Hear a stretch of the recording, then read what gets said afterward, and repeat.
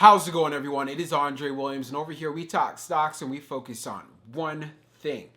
Always protect your profits. And you know what time it is. It is time for the joke of the day. If you're new to this channel, we do this multiple times out of the week. So here it comes. My wife says I'm cheap, but I'm not buying it. Get it? She says I'm cheap, but I'm not buying it. But anyways, what we're going to be talking about today is OCGN.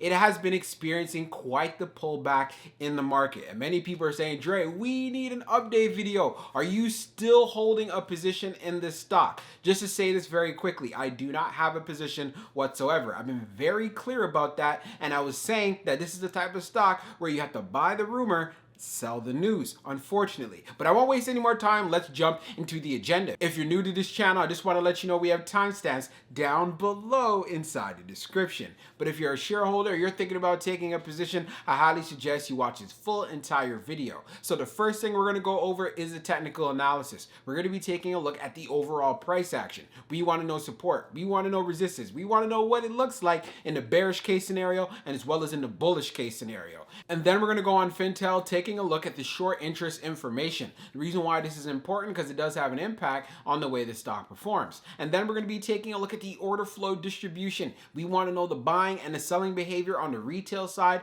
and as well as on the institutional side. And then when all of that is done, we'll be going into the final thoughts and as well as some more details. So let's get to it.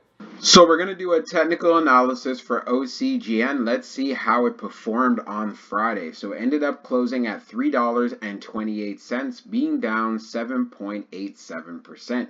On the low, it tested $3.18, and then on the high, testing $3.46. When we take a look at the volume stats on the day, you can see we traded at 16.584 million shares, and the average volume over 10 trading days is at 13.52 million shares. So we did have above average volume on the day, but you could tell we dealt with a lot of selling pressure. Now, when we take a look at our chart, which is the daily chart, we can see from the RSI down below, it is at 29.54. And then when we take a look at our moving averages here on the chart, we are below the 200-day, the 100-day, the 50-day, and as well as the 21-day EMA. So like I've said in previous OCGN videos, we have been in a bear market for quite some time, and this downtrend just continues, just like many other stocks in the market.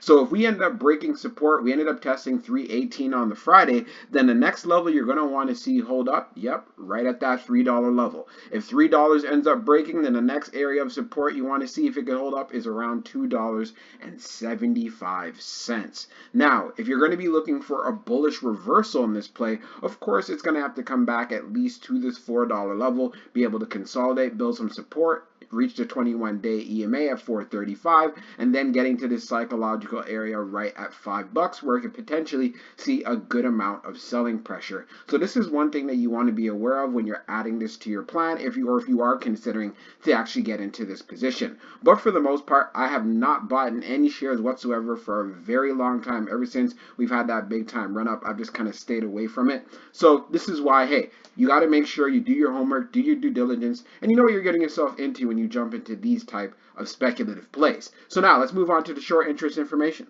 So we're going to take a look at the short interest information for OCGN. So for the dark pool short volume ratio, it's at 40.64%. And then for the dark pool short volume, it is just over 2.77 million shares. Scrolling down further on the page, the short shares availability is at 60,000, updated 29 minutes ago. And then for the short borrow fee rate, it is at 14.04%. When we take a look at the history of the short volume ratio, we can see for the close of the 20th, it was at 47.92. And then for the close of the 21st, it's at 40.64. So we do see a significant decrease right there, but one thing that is very clear, OCGN still has short squeeze potential. So now let's move on to the order flow distribution. Now let's take a look at the order flow distribution for OCGN. So we see here on the inflow, it's at 10.98, and then on the outflow, it's at 9.38. When we take a look at the breakdown, it was an inflow day. You can see on the large, it was 3.34. On the medium, it was 4.64. 0.64, and then on the small, it was at 3. When we take a look at the outflow side on the large, it was 0.33. On the medium, it was 5.78. And then on the small, it was 3.27. Keep in mind, these numbers are in the millions. Taking a look at the large scale orders in the last 5 days, you can see for the Friday that just passed, January 21st, it being that inflow of 3.01 million. And also the 2 trading days prior to that were all inflows on the large scale, and as well as on the 14th, having that single outflow on the 18th. Analyzing the numbers even further for the small scale orders that tends to represent the retail side, we had more selling than we had buying. Then when we take a look at what happened on the medium, we had more selling than we had buying. And of course, when we take a look at the large, which we just covered, you can see whales, institutions, and funds had more buying than they had selling. So that is good to see. And then when you take a look at the turnover ratio, it was at 8.33%.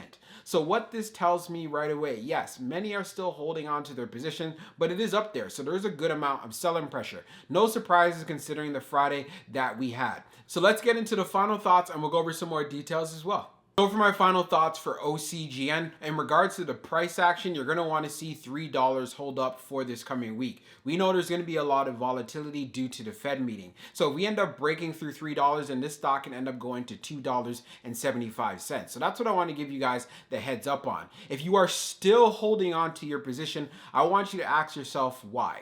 If you continue to have high conviction in the play and you've done your homework and as well as your due diligence, then you should not be panicking or you should not be nervous whatsoever. This comes with being an investor. Also, when we went on Fintel, taking a look at the short interest information, it does continue to have short squeeze potential, but we need to have more buying volume coming through the stock. We need to see some interest on the retail side. Like I've been saying in a lot of my other videos when I'm doing the technicals, OCGN has been in a bear market for quite some time and the downtrend just continues. And the moment we get some news, you know there's a lot of selling pressure that comes with it. I know it's very unfortunate for many of you to actually hear that, but this is also another thing that I want to emphasize. Whenever you're about to go inside of a play, be very mindful in regards to your overall position size. Plus, on top of that, make sure you're using the right risk management. If you do not believe in the company for the long term, then you should not be putting in a sizable investment whatsoever. You should be trading it. You should be swing trading it and making sure when you do take profits, you're taking it at a time where you are up. You are not just holding on to the play and the stock just continues to go down, because then you end up missing out on other opportunities. And if you are watching my videos, you should be well aware of the fact I told you guys when I sold out of my position.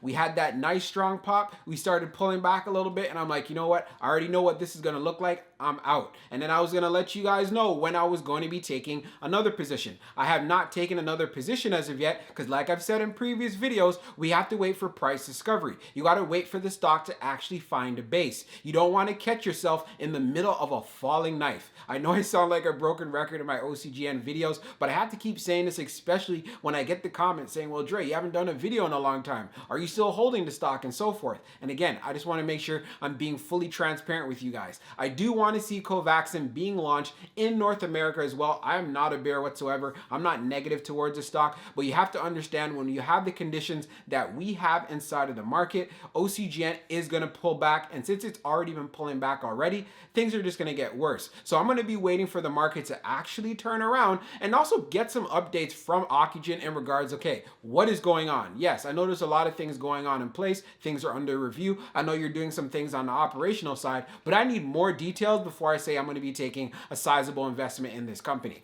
So I hope you guys enjoyed this video and I can't wait to see how it performs for the coming week.